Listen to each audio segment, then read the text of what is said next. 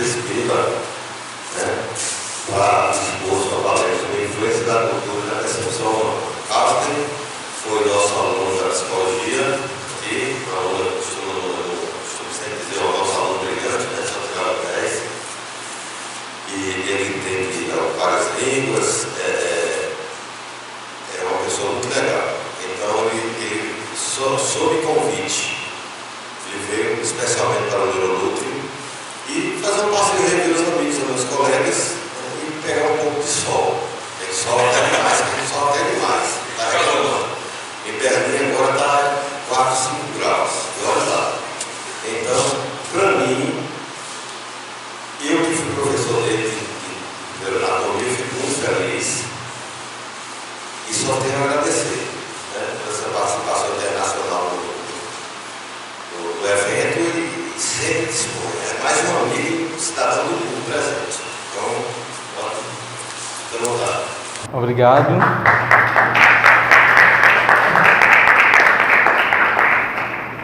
Primeiro, eu tenho a agradecer também a minha chance de estar aqui.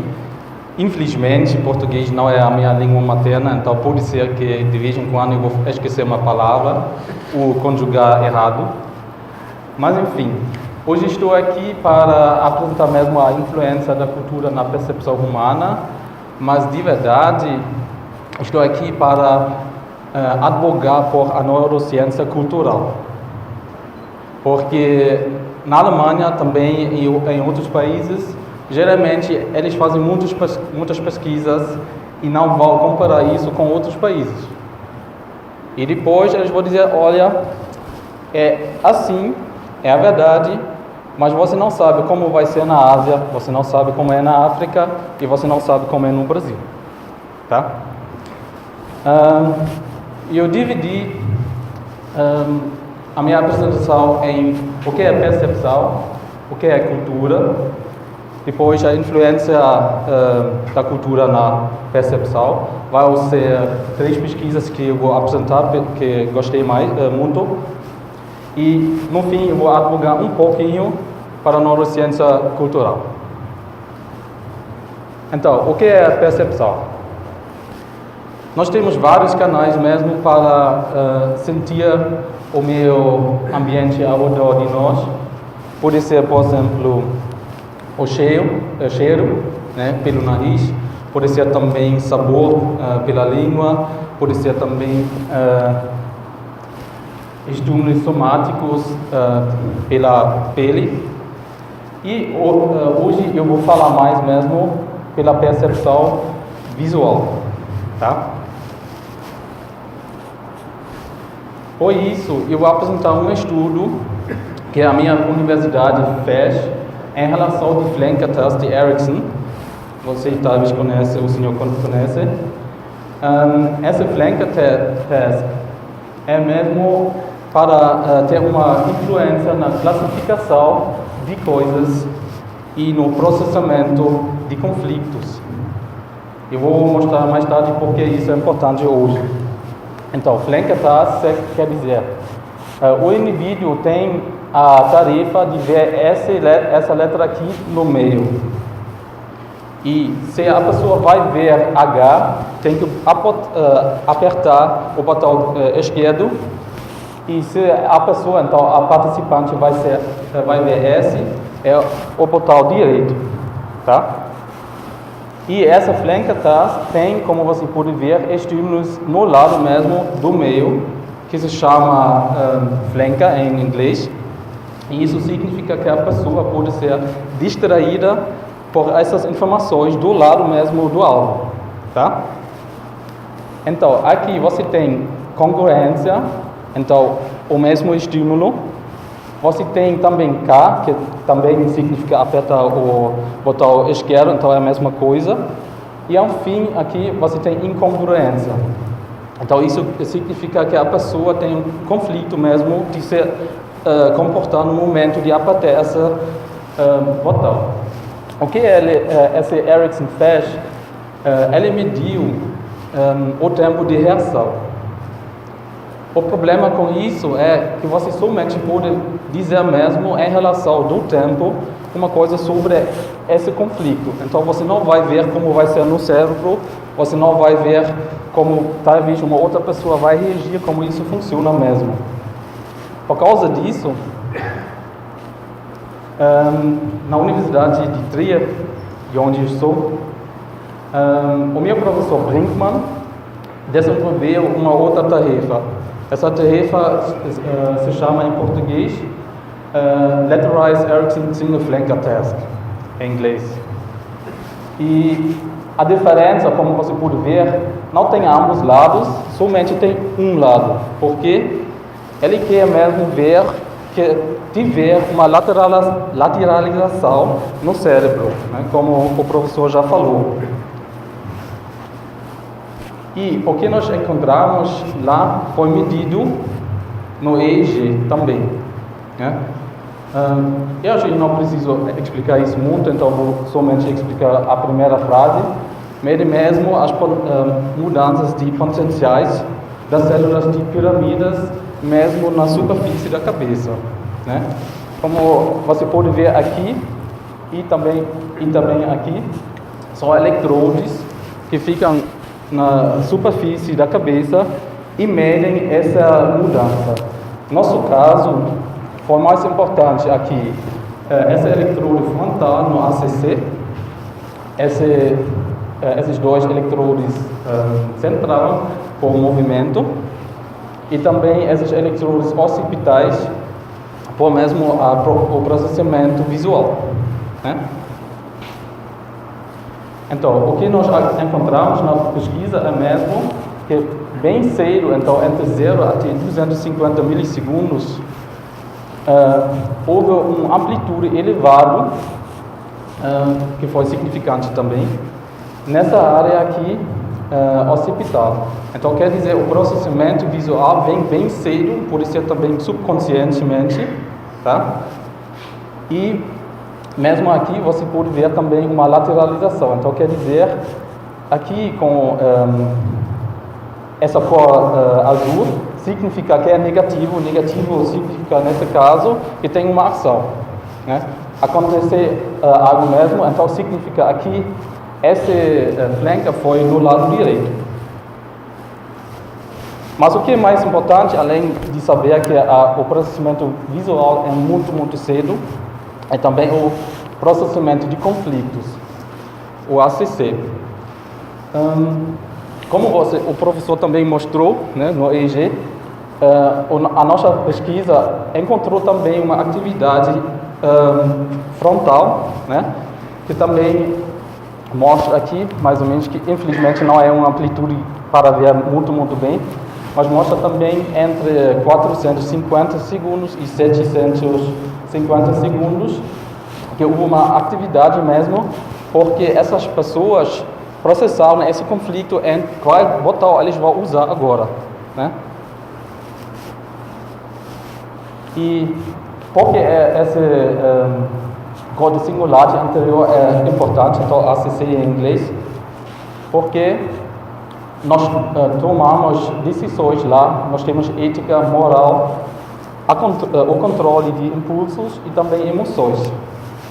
E por causa disso, eu mostrei essa pesquisa, porque mostra já bem cedo, depois de tiver um estímulo, pode acontecer que nós estamos em conflito e esse centro de processamento é ativado, né? Então, em geral, nós podemos dizer bem simples, vem um estímulo, o cérebro vai processar o estímulo e temos no final uma reação, né? Isso é bem simples, mas isso é mesmo influenciado também pela personalidade, pode ser necessidade da pessoa, como sede, né?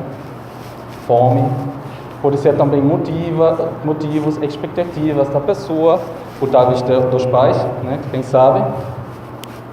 Mais forte ainda o hábito e, porque nós estamos hoje aqui, a identidade cultural, né? Identidade cultural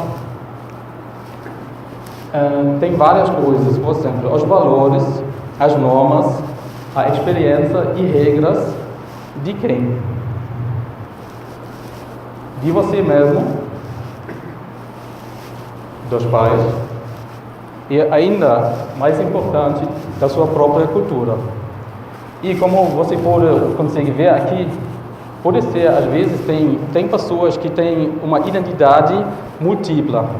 Então, quer dizer, somente não uma cultura, duas, tem também pessoas que têm 3 culturas, e isso pode influenciar mesmo a percepção. Espera aí. Agora, nós vamos ver um vídeo de um cara que é um alien. Ele não sabe nada da cultura humana, ele está apaixonado mais ou menos por uma moça da Terra, e eu vou falar depois uma coisa sobre isso.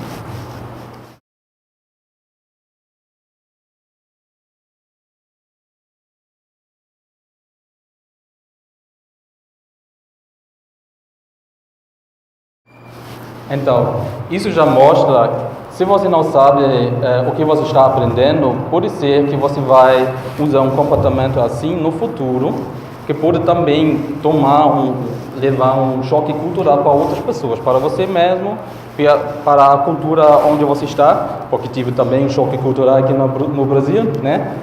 E, enfim, isso é uma coisa somente para mostrar como é importante de saber o contexto, né? Então, em geral, o que é cultura? Cultura pode ser muitas coisas, pode ser a sua medicina, pode ser a sua educação, pode ser também piadas, né? Pode ser, por exemplo, festas. Então, mesmo a sua cultura está ao redor de você. Pode ser na sua casa, com os seus pais, pode ser também na universidade. Cultura vem da palavra latim, cultura, né? Que significa cuidar e cultivar. E eu procurei uma definição mesmo da psicologia intercultural, que vai dar mais ou menos a ideia o que significa cultura para as pessoas. Então, cultura é o produto da interação entre funções e necessidades biológicas universais, problemas sociais universais criados para se direcionarem a tais necessidades e o contexto no qual as pessoas vivem. Então, isso significa que cultura sempre vai ser adaptada no contexto onde essas pessoas vivem. Pode ser na Alemanha, pode ser no Brasil, pode ser em qualquer outro país. E sempre tem uma certa necessidade de, mais ou menos, lidar com os problemas sociais e também naturais.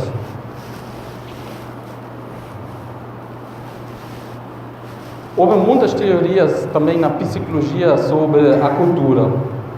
Essas são pessoas que mesmo desenvolveram muitas teorias, e a teoria mais importante, ou mais conhecida, é de Gert Hofstede. Gert Hofstede é uma pessoa da Holanda que foi empregado no IBM e fez uma pesquisa por essa companhia IBM com 100 mil pessoas. Então, muitas pessoas, foi a primeira grande pesquisa, e ele achou dimensões culturais. Né? Tem mesmo 6, mas hoje, para nós, é mais importante individualismo e coletivismo. E vocês vão ver por quê. Sim. Só para dar uma ideia sobre isso, esses dados empíricos são quase 40 anos de idade, então muito velho. Aqui no individualismo, isso é Brasil, verde, você consegue ver que o individualismo é bem pequeno no Brasil. Isso significa ao mesmo tempo que coletivismo, porque tem 2 lados, essa escala é maior, né, com 62%. Na Alemanha, por exemplo, individualismo é maior, quer dizer, nós temos pouco coletivismo, e na Inglaterra e também nos Estados Unidos é muito grande mesmo. Só para mostrar. Então, o que significa agora individualismo e coletivismo? O individualismo tem mais ou menos o foco nos atributos pessoais, internais, a habilidade do indivíduo e também as características e alvos. No coletivismo, ao outro lado, é estado interdependente com outras pessoas alcançar ou criar compromissos, também com a cultura, né, com o seu círculo de pessoas, e mais importante ainda, responsabilidades sociais. O que vale como informação para essas pessoas tem também uma diferença. Então, informação saliente para as pessoas que estão mesmo alto na escala de individualismo são atributos estável, constante, abstrato, intrínsecos e não dependem do contexto. Ao contrário, no coletivismo é intersubjetivo, então quer dizer é entre as pessoas, tem raízes em o definido pelas relações interpessoais, então está dependendo mesmo das pessoas ao seu redor, e sempre é flexível e somente depende do contexto. Para mostrar mais ou menos o que significa isso, eu preparei esse esquema de Kitayama e Marcos. Aqui você pode ver, individualismo significa que a pessoa com a sua identidade é mais ou menos separada de todas as coisas. Então, também duas pessoas, também da mãe, do pai, dos irmãos. E ao contrário, essa pessoa que tem coletivismo é não separado, é conjunto de todas as coisas. Então, você compartilha mais ou menos a identidade de outras pessoas também. Então, agora vem mesmo a parte muito importante, porque vou apresentar 3 pesquisas que mais ou menos mostram que tem mesmo uma diferença na percepção entre as culturas. Eu vou começar com I, depois vem Go e depois Y. Então, I. Ele fez um experimento no Macintosh, então no computador, com 12 figuras diferentes, e eles sempre tiveram uma relação, quer dizer, uma covariação. Às vezes, essa covariação foi 0 mesmo, às vezes 0,4, às vezes 0,6. Então, a tarefa das pessoas que participaram nessa pesquisa foi de estimar mais ou menos a quantidade da covariação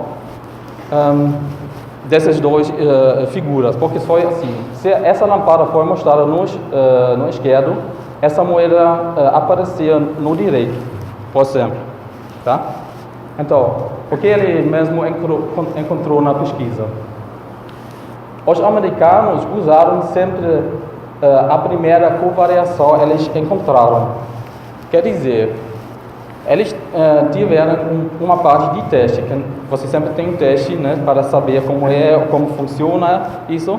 E os americanos sempre usaram a primeira coisa que eles encontraram, independente depois do contexto. Sempre foi isso.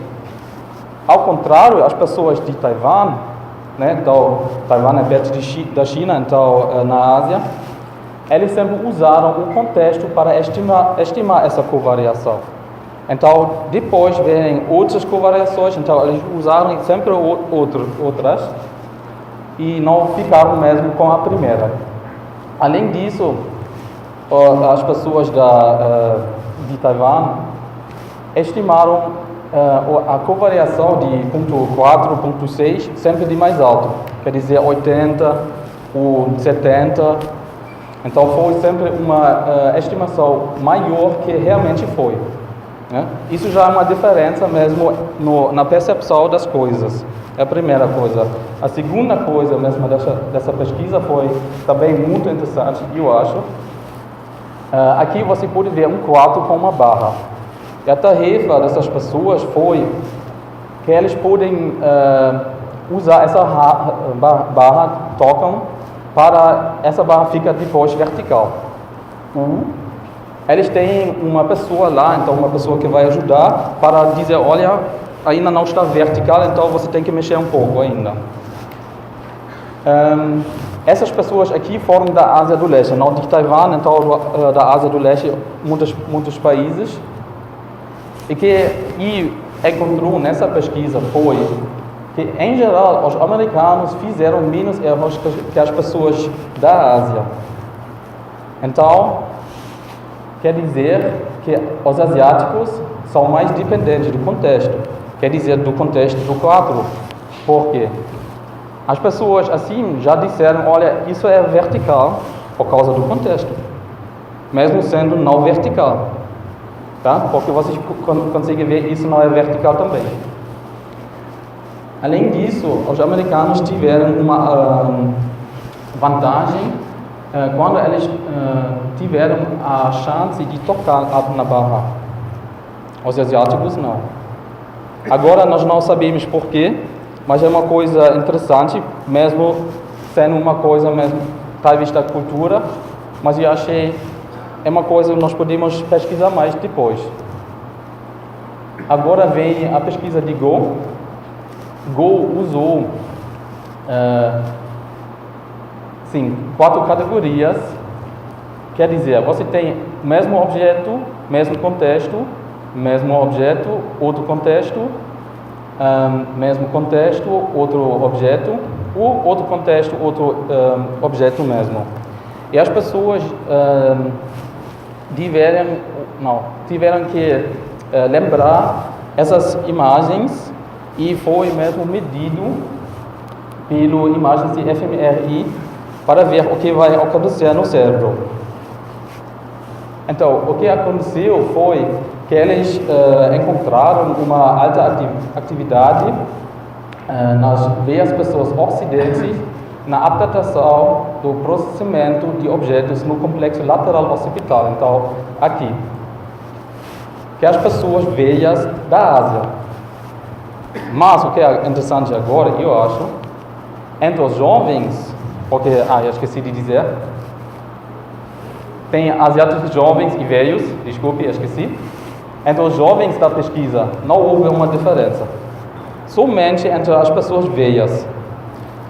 Isso eu estou tomando como um sinal da, talvez, globalização, porque a cultura global vem para qualquer lugar, então, qualquer país. E isso pode ser que isso já mudou mesmo a percepção das pessoas jovens, né? Mas ninguém sabe, é só uma coisa que eu acho. E a última pesquisa de Greg, então em 12 condições, com raiva e não com raiva. Então, familiar quer dizer com raiva, familiar neutro e não familiar neutro. Nessa pesquisa foram usados chineses e animais. Então, essas pessoas não familiares para os animais foram chineses e para os chineses foram alemães, né?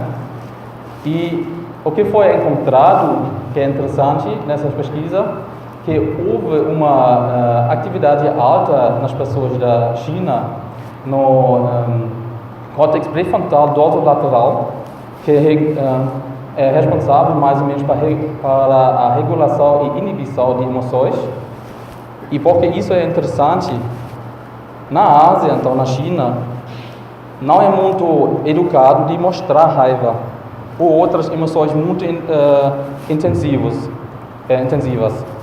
Então, essas pessoas da China, mesmo vendo essas imagens, mais ou menos tentaram mais de inibir essa emoção, eles estão vendo, que processar outras coisas. Ao contrário, os alemães tiveram uma atividade no cruzamento direito temporoparietal, que significa que os alemães tentaram entender a expressão das pessoas.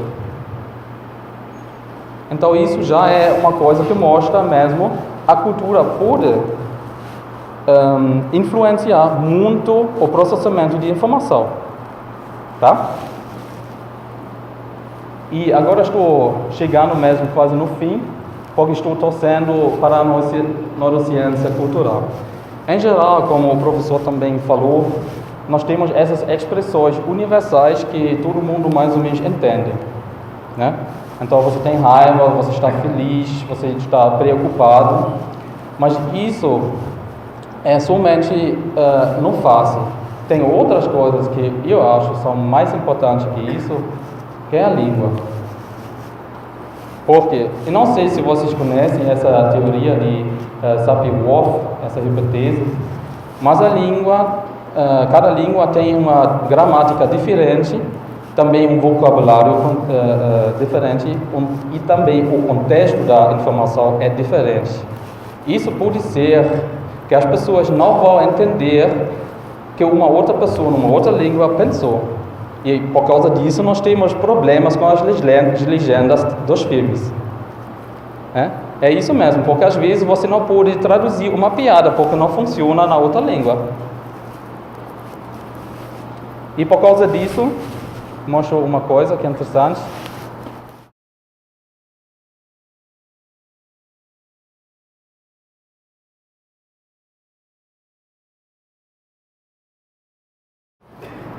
Então, isso é uma expressão geral. As pessoas vão achar que uma pessoa da Índia mexe a cabeça assim, que ele vai dizer mais ou menos. Mas na Índia isso significa sim. E também outras pessoas podem levar isso com um não. Então, já uma coisa assim pode mudar o seu entendimento da situação. Então, é muito importante de ver o contexto. E por causa disso, estou torcendo, então advogando para mais pesquisas interculturais mesmo, em qualquer campo da neurociência, psicologia, também sociologia. E, sim, foi isso. Espero que vocês gostaram da minha apresentação. Desculpe por meu português mais ou menos. E, sim, até a próxima.